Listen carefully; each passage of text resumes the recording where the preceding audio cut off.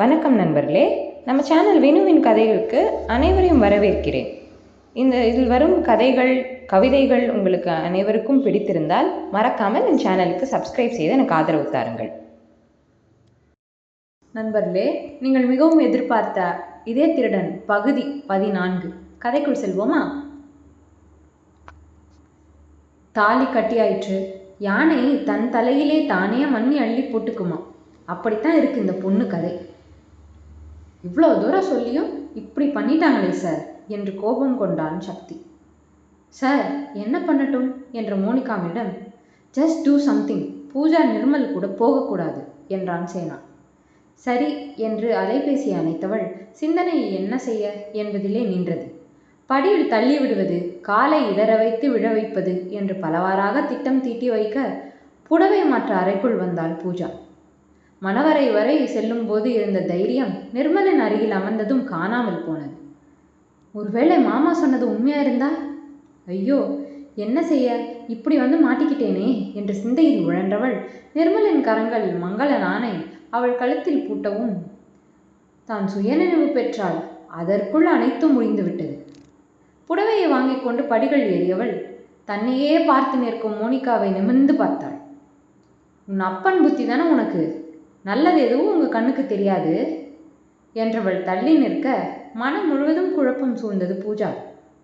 முகம் 2 கைகள் நடுங்க அறைக்குள் நுழைந்தவள் பாத்ரூம் போனும் என்று சொல்லி உள்ளே சென்ற சில நொடிகளில் அலறல் சத்தம் கேட்டது. அவளுடைய தோழி வந்து கதவை தட்ட உள்ளில் அழும் சத்தம் மட்டுமே கேட்டது. அவர்கள் வேகமாக கதவை தட்டி பார்த்ததும் திறக்காமல் போக இறுதியில் உடைத்தே உள்ளே நுழைந்தனர். உள்ளே கிளாசட் அருகில் தலையிலும் கையிலும் அடிபட்டு கிடந்தாள் பூஜா. கீழே கொட்டி கிடந்த எண்ணெயில் கால் வைத்து அடித்து விழுந்திருந்தாள்.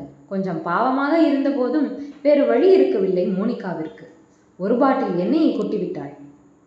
ஒருவேளை அதிலிருந்து தப்பினால் படியில் தள்ளி விடுவது என்றுதான் முடிவு செய்திருந்தாள்.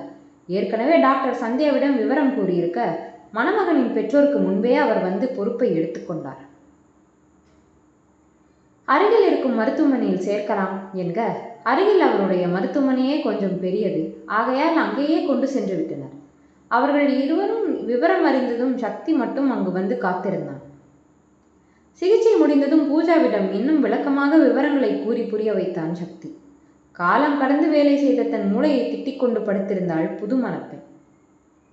2 நாட்களுக்கு பிறகு பூஜாவை வீட்டிற்கு அழைத்து வந்து விட்டார்கள். கந்தசாமியும் செந்திலும் குடும்பத்தோடு சென்று பார்த்து வந்தார்கள். மயூரியும் நேரில் சென்று பார்த்து ஆறுதல் கூறினாள்.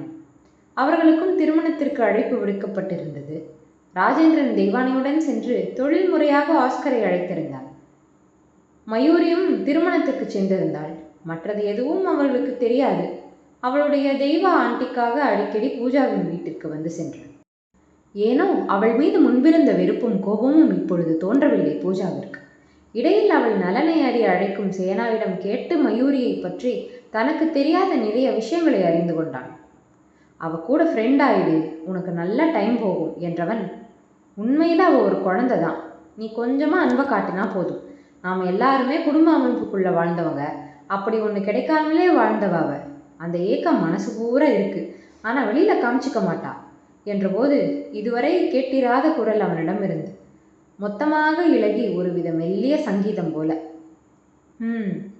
நேற்று வந்தப்போ ஒரு வாட்ச் கட்டி இருந்தா, baby pink dial, gold strap, நடுநடுவில் ஹார்ட் ஷேப், அதில் ரொம்ப ரெட் ஸ்டோன்னு ரொம்ப அழகாக இருந்தது. எப்படியும் பல ஆயிரம் இருக்கும். அம்மா அதை பார்த்ததும் ரொம்ப அழகாக இருக்கு குட்டி அப்படின்னு ரசித்து சொன்னாங்க. உடனே கழட்டி அவங்க கையில் போட்டு விட்டுட்டா. அம்மா வேண்டான்னு எவ்வளவோ சொல்லியும் கேட்கல. என்னால் அப்படி செய்ய முடியாது. எனக்கு பிடிச்சத யாருக்கும் கொடுக்க மாட்டேன் மாமா. ஆனால் எனக்கு பிடிச்சவங்களா இருந்தாலும் எனக்கு மனசே வராது என்றாள் பூஜா. சத்தமாக சிரித்தவன், அவகிட்ட யார் என்ன கேட்டாலும் கொடுப்பா, இந்த தேவசேனாபதியை தவிர என்றவன் குரலில் அத்தனை பெருமிதம். ரொம்பத்தான் என்றவள் இதழ்களிலும் புன்னகை. ஆமாம், உங்கள் ஃப்ரெண்ட் ஏதாவது கண்டுபிடிப்பாரா இல்லையா? நிர்மல் வேற 2 நாளைக்கு ஒரு தடவை வந்து பார்த்துட்டு போகிறான். உண்மையிலே கொஞ்சம் பயமாக இருக்கு மாமா என்க, நெருங்கிட்டோம் பூஜா, பயப்படாத, சீக்கிரமே குட் நியூஸ் வரும் என்றான். நிர்மல் குடும்பத்தின் மல்டி ஸ்பெஷாலிட்டி ஹாஸ்பிட்டல் லைஃப் பணம் படைத்தவர்களுக்கான மருத்துவமனை. புகார்கள் நிறைய வந்திருக்கிறது அந்த மருத்துவமனை பற்றி. சாதாரணமாக இது போன்ற பெரிய இடங்களில் தவறு நடப்பதும் அதை அவர்கள் பணம் கொண்டு மூடி மறைப்பதும் அனைத்து இடங்களிலும் நடக்கும். ஆனால் கிரைம் பிரான்ச்சின் கவனத்தை ஈர்த்தது லைஃப் ஹாஸ்பிட்டலை பற்றி வந்த முக்கியமான ஒரு புகாரை. சுற்றுவட்டத்தில் எங்கு விபத்து நடந்தாலும், விபத்தில் அடிபட்டாலும், இறந்து போனாலும் அவர்கள் லைஃப் ஹாஸ்பிட்டலுக்கு மட்டுமே அனுப்பப்படுகிறார்கள். அதிலும் முக்கியமாக பெண்கள். விபத்துகளும் இருசக்கர வாகனத்தில் செல்பவர்களுக்கே அதிகம் நடக்கிறது. முக்கியமாக அதில் வயது பெண்கள் இருந்தால் இதை பற்றி முதல் புகார் லைஃப் ஹாஸ்பிட்டலுக்காக ஆம்புலன்ஸ் ஓட்டி கொண்டிருந்த ஒரு ஓட்டுநரிடமிருந்து வந்தது. காப்பாற்றி விடலாம் என்ற நிலையில் இருக்கும் உயிர் கூட அங்கு சென்ற பிறகு மரணமடைகிறது.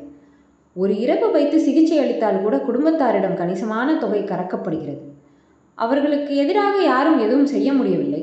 அப்படியே அரசு மருத்துவமனையில் போஸ்ட்மார்ட்டம் நடந்தாலும் உடல் உறுப்புகள் திருடப்பட்டது எதுவும் வெளியில் வராது.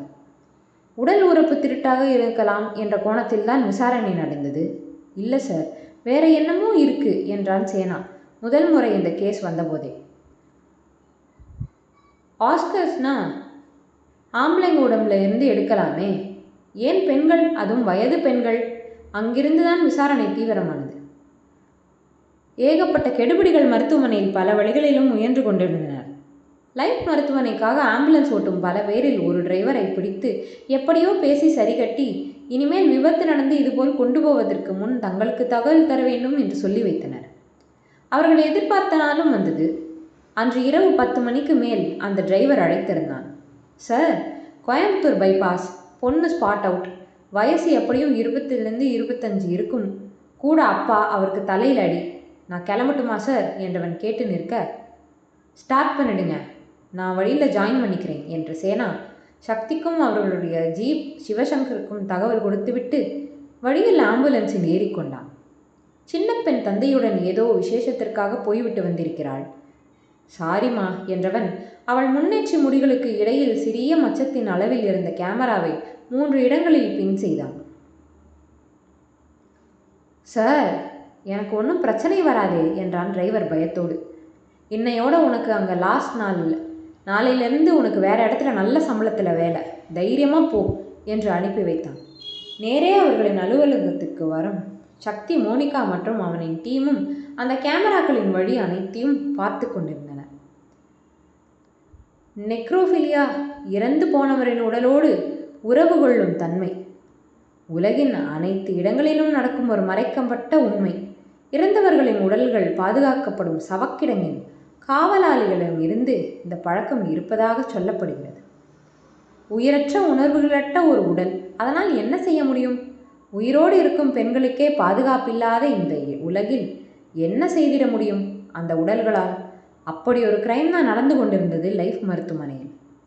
அந்த பெண்ணின் உடல் கொண்டு செல்லப்பட்டவுடன் அங்கிருந்த மருத்துவர் பரிசோதித்து உயிர் பிரிந்து விட்டதாக உறுதி செய்ததும் மார்ச்சரி கொண்டு செல்லப்பட்டது. தந்தைக்கும் மகனுக்கும் தகவல் தெரிவிக்கப்பட்டது. அதன் பிறகு அங்கு நடந்ததை காணும் தைரியம் வரவில்லை யாருக்கும். மோனிகா ஒரு பக்கம் குடல் வெளியில் வந்துவிடும் அளவிற்கு வாமிட் செய்து கொண்டிருந்தாள். சேனாவாலேயோ சக்தியாலேயோ அதை பார்க்காமல் தவிர்க்க முடியாது.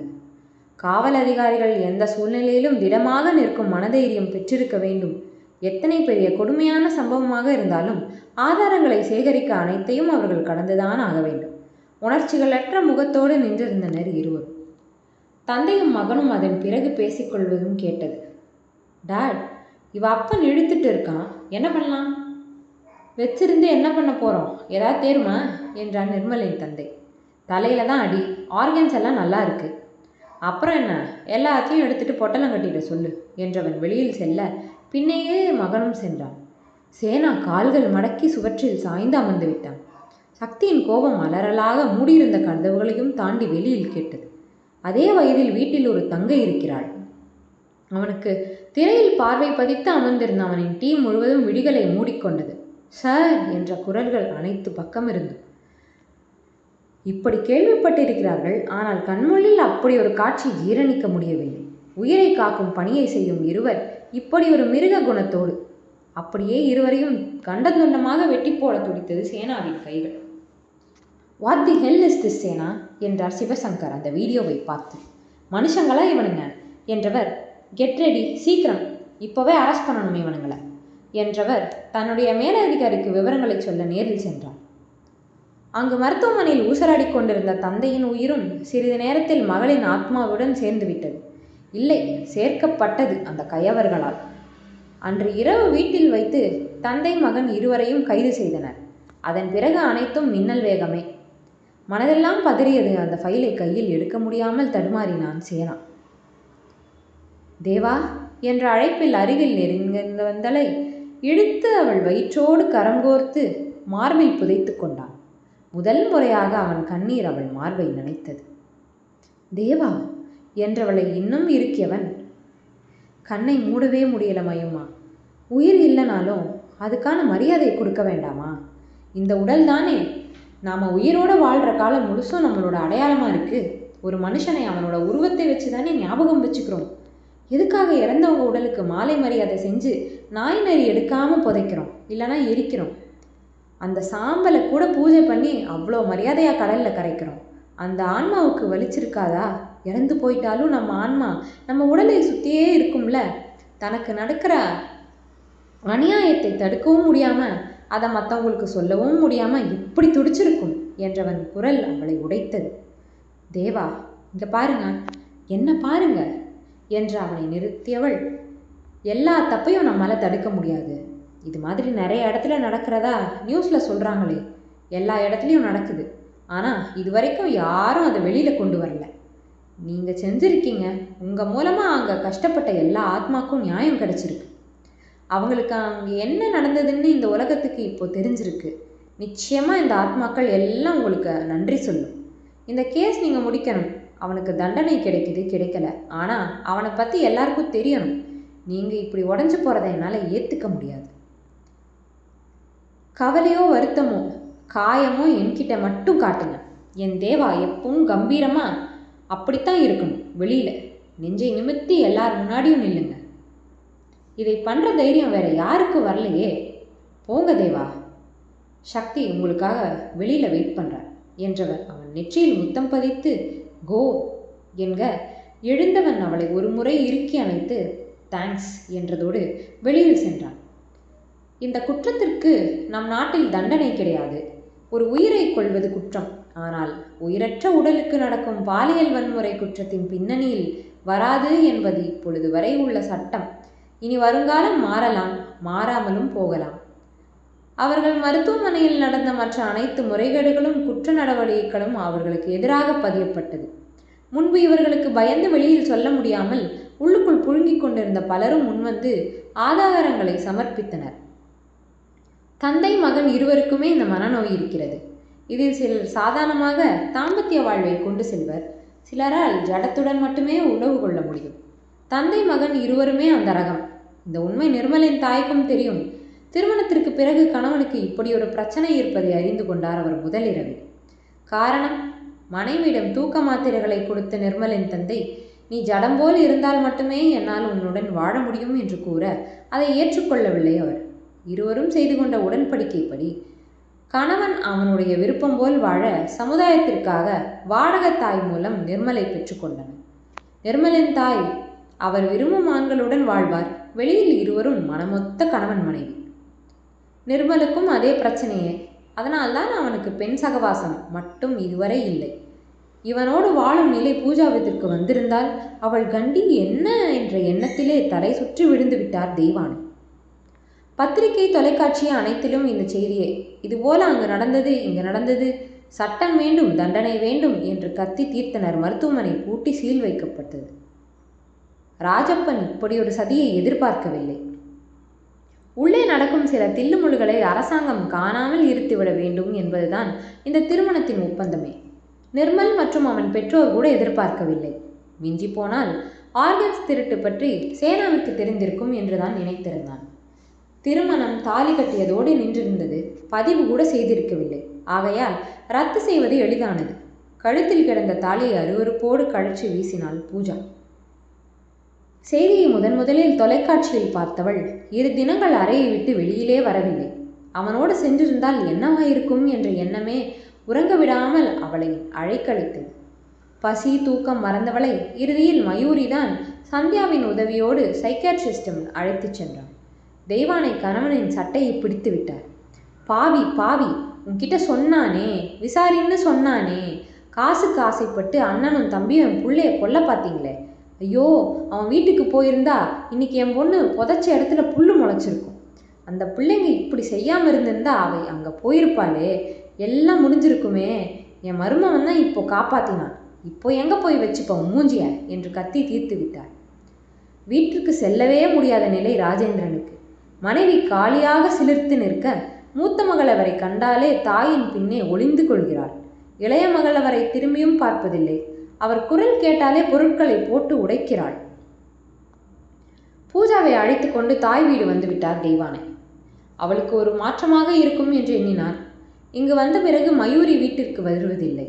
அன்று கோசலை என்ன நினைத்து சொன்னாரோ, ஆனால் அந்த வார்த்தைகள் மனதில் முள்ளாய் குத்தி கொண்டிருந்தது. உனக்கு ஜாதகம் கிடையாது, நாள் நட்சத்திரம் தெரியாது, கேட்கவும் பெத்தவங்க இல்லை. உன்னை பிடிக்காதுன்னு இல்லடி அம்மா, ரொம்ப பிடிக்கும். ஆனால் என் பேரனை விட யாரும் எனக்கு முக்கியம் இல்லை. உனக்கு கட்டி அவன் உயிருக்கு ஏதாவது ஆபத்தாயிடுச்சுன்னா அப்புறம் உன்னை சாகிற வரைக்கும் நான் மன்னிக்கவே மாட்டேன். விட்டுடு, இது சரியா வராது என்றதோடு இனிமேல் வீட்டிற்கும் வராதே என்று கூறியிருந்தார். ஏனோ அந்த வார்த்தைகளை மீறி அங்கு செல்ல மனம் வரவில்லை. பூஜாவிற்கு அழைத்து பேசுவதோடு சரி. பூஜா வந்து 4 நாட்கள் கடந்த பிறகு மயூரி வீட்டிற்கு வராமல் இருப்பதை கவனித்தான் சேனா. நேரே அவள் வீட்டிற்கே சென்று விட்டான். தன்னுடைய அறையின் பால்கனியில் சாய்வு நாற்காலியில் ஓய்ந்து போய் உடலை சுருக்கி படுத்திருந்தாள். அந்த தோற்றமே அவனை கூறு போட்டது. குட்டிமா என்ற அழைப்பில் விழிகள் விரிய நம்ப முடியாமல் அவனை திரும்பி பார்த்தாள் மயூரி. தேவா என்றவள் எழுந்து அருகில் வர அவளை தன் அணைப்பில் வைத்தவன், ஏண்டா, ஏன் இப்படி? அப்பத்தான் அவன் அங்கே வரக்கூடாதுன்னு சொன்னாங்களா என்று கேட்டவனுக்கு மௌனமே பதிலானது. சொல்ல மாட்டாள். வேண்டாம், நீ வர வேண்டாம். நீ அங்கே வர்றது இந்த சேனாபதி பொண்டாட்டியாக தான் இருக்கணும். அப்போ எப்படி வர வேணான்னு சொல்லுவாங்கன்னு பார்க்குறேன் என்றவனை நிமிர்ந்து பார்த்த விழிகள் கேள்வி எழுப்பியது, நடக்குமா என்று. ஆசைப்பட்டவளுக்கு தாலி கட்டி உரிமையாக அவள் கையை பிடிச்சி வரக்கூடாதுன்னு சொன்ன வீட்டுக்குள்ள அவளை கொண்டு போய் விளக்கேற்ற வைக்கலனா நான் என்னடி ஆம்பளை என்றான் மீசையை முறுக்கி. அந்த பச்சை நிற விழிகள் பளபளத்தது, இதழ்களில் புன்னகை பூத்தது. அப்பத்தாக்கு சும்மா இருந்து போர் அடிக்குதுன்னு நினைக்கிறேன், அதான் இப்படியெல்லாம் பண்ணுறாங்க. நாம் என்ன பண்ணுறோம், ஒவ்வொரு புது வருஷமும் ஒரு குட்டி மயூரியோ சேனாவோ ரிலீஸ் பண்ணுறோம், அப்பத்தாவை பிஸியாக வச்சுக்கிறோம் என்றான் அவளை இன்னும் தன்னோடு இறுக்கி கொண்டு. ஏய், நீங்கள் ரொம்ப க்ரீனாக பேசுகிறீங்க என்றால் வெட்கச்சிரிப்போடு. க்ரீனா? அதை இந்த மாதிரி க்ரீன் ஐஸ் வச்சு மனுஷன் உசரை எடுக்கிற நீ சொல்லக்கூடாது என்றவன் இதழ்கள் அவள் கன்னத்தை உரசி இதழ்களை அடைய அந்தி செவ்வானமாய் சிவந்து கொண்டிருந்தாள் பெண் அவள். என்ன நண்பர்களே, இந்த பகுதி உங்கள் அனைவருக்கும் மிகவும் பிடித்திருக்கும்னு நம்புகிறேன். மீண்டும் அடுத்த பகுதியில் சந்திப்போமா? அதுவரை காத்திருங்கள் நண்பர்களே. நன்றி.